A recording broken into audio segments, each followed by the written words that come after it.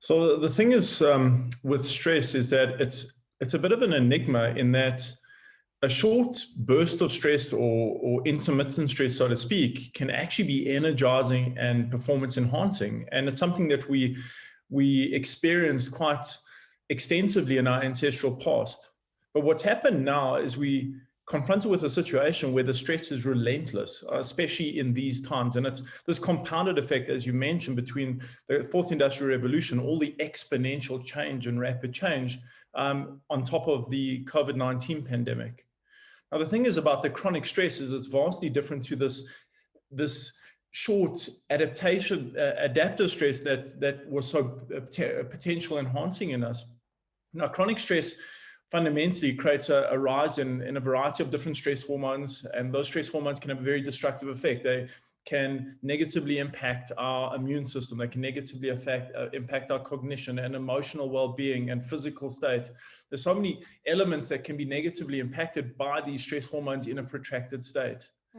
The problem with this is that if you have your workforce, your teams, your family members in the state of chronic stress, which we're all really exposed to at this time because of the uncertainties and the fears that we all confronted with, it does lend itself to reduced outputs or reduced potential on our behalf, on our part. There's increased absenteeism, increased presenteeism, reduced dynamism within the organization. You have creativity declines, overall performance declines, commitment to work and commitment generally to things that are important in one's life starts to diminish. And this is just the beginning of a cascade of events that is not driven per se by a disinterest or a disconnection between the employee and the work environment, or even us and our responsibilities in life. But this is largely driven by a stress response that is so disproportional and so unnatural in the bigger scheme of things, that has to be managed in some way, shape, or form.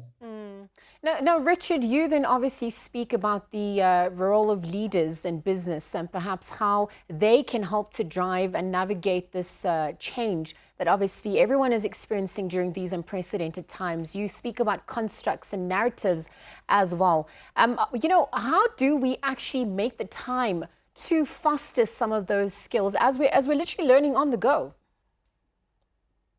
So that's a good point that you raise, and that we have such limited time. Most people are working 2 to 3 hours longer at this particular point in history. And the interesting thing about leadership today, no matter what the level of leadership, whether you're leading a family, whether you're a teacher, whether you're leading a big team within an organization, is that you have two fundamental roles that have been assigned to you, which hasn't been the case in the past, and that is the survival, the competitiveness, and profitability of the business itself. But at the same time, there's an expectation by at least 90% of the people that fall under or within your care that you're going to safeguard their lives and well-being. Now, this is a very expansive role, and one has to, as you say, one has to learn on the fly. There's a whole recalibration of leadership per se. So we have this new role, and this new role as a leader in a business means that you've got to be present in terms of business and industry issues. You've got to be present in terms of political events. You've got to weigh in on that. National challenges you've got to weigh in, like COVID-19. Employee health and wellness is part of your portfolio and mandate now. But at the same time, you've got to be exercising this new brand of leadership, which is very people-centric. People make a business. Basically, their time and their talent create the outcomes. And also at the same time, you have to adopt a new style of leadership in crisis. You have to adapt much more readily. Some people are averse to adaptation, certainly in the short term. You have to make decisions without having all the information present. And fundamentally, what we're seeing is this rewriting of this entire script that leaders or leadership had the mandate that has been over many decades. And now this script requires that you empower your people, that you solve their problems, that you lead by example, and fundamentally that you engage in a manner, whether you have the title of CEO or not, as a CEO, which means that it's all about values and actions when it comes to your business and your people and your team and your family. It's about direct engagement. It's about visibility. There's so many fundamentals that are so important at this time. It sounds like everyone has then become a leader of self, for that matter, before obviously taking on the responsibility of everything else. But I want to look at the data coming through and just the issue of ageism in the workplace. Obviously, people are living a lot longer due to technology and perhaps access to medicines, etc. Now, you've spoken about some of the triple threats that affect South Africa. You've spoken about the fourth industrial revolution and perhaps how some of the issues have become exacerbated. But I think an issue that hasn't been explored is ageism as well in the workplace, and how people are often having to retire a little bit later, working longer. You know, how does that then also impact the dynamics of things going forward during these unprecedented times? So I think that's a great question, and you have to understand that those individuals who are older per se and kind of looking in the heading towards the retirement age, they have a tremendous or vast amount of skills and knowledge, and it's critical knowledge in many instances. And if we can still tap into their insight and understanding, and once teams can rally around some of their historic experiences, it can be extremely valuable to have older communities within the workforce that would have historically or previously retired. So there's a tremendous advantage to that, but it's pretty much under one condition, is that health is maintained.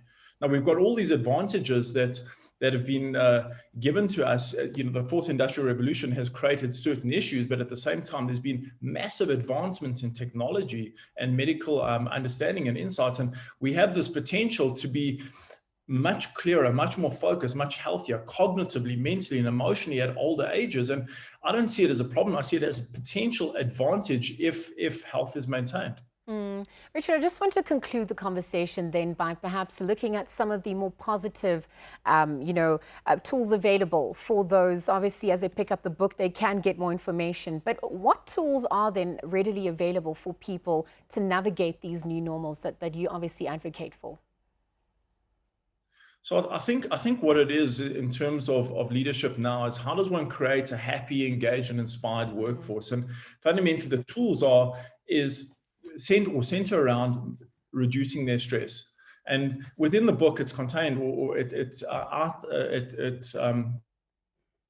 illustrates the primary cause. There have been 70 years of research on stress, and the book really highlights some of the challenges that have been picked up in terms of what's the primary cause of stress in our lives. And fundamentally, it's a lack of control and just feeling that there's uncertainty. And if leaders and managers and family members and anyone who has people who fall within the sphere of influence and care is able to buffer and neutralize some of the stresses that we're exposed to on a day-to-day basis, that's an incredibly powerful tool. And thereby we bring out the best of our people. And how we do that is by showing appreciation and rewarding people's efforts more expansively, and showing more support and care on a personal level, and providing opportunities for growth and development, especially in the skills domain.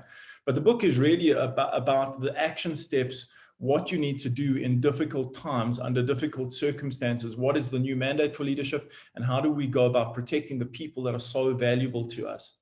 Yeah, all right, Richard Sutton, we're going to have to leave that conversation there. I want to thank you for your time this morning. Again, the author of Stressproof, the Game Plan, Richard Sutton, joined us here on Weekend Dawn for our Weekend Dawn review. He was chatting about his latest offering, of course, entitled Stressproof, the Game Plan.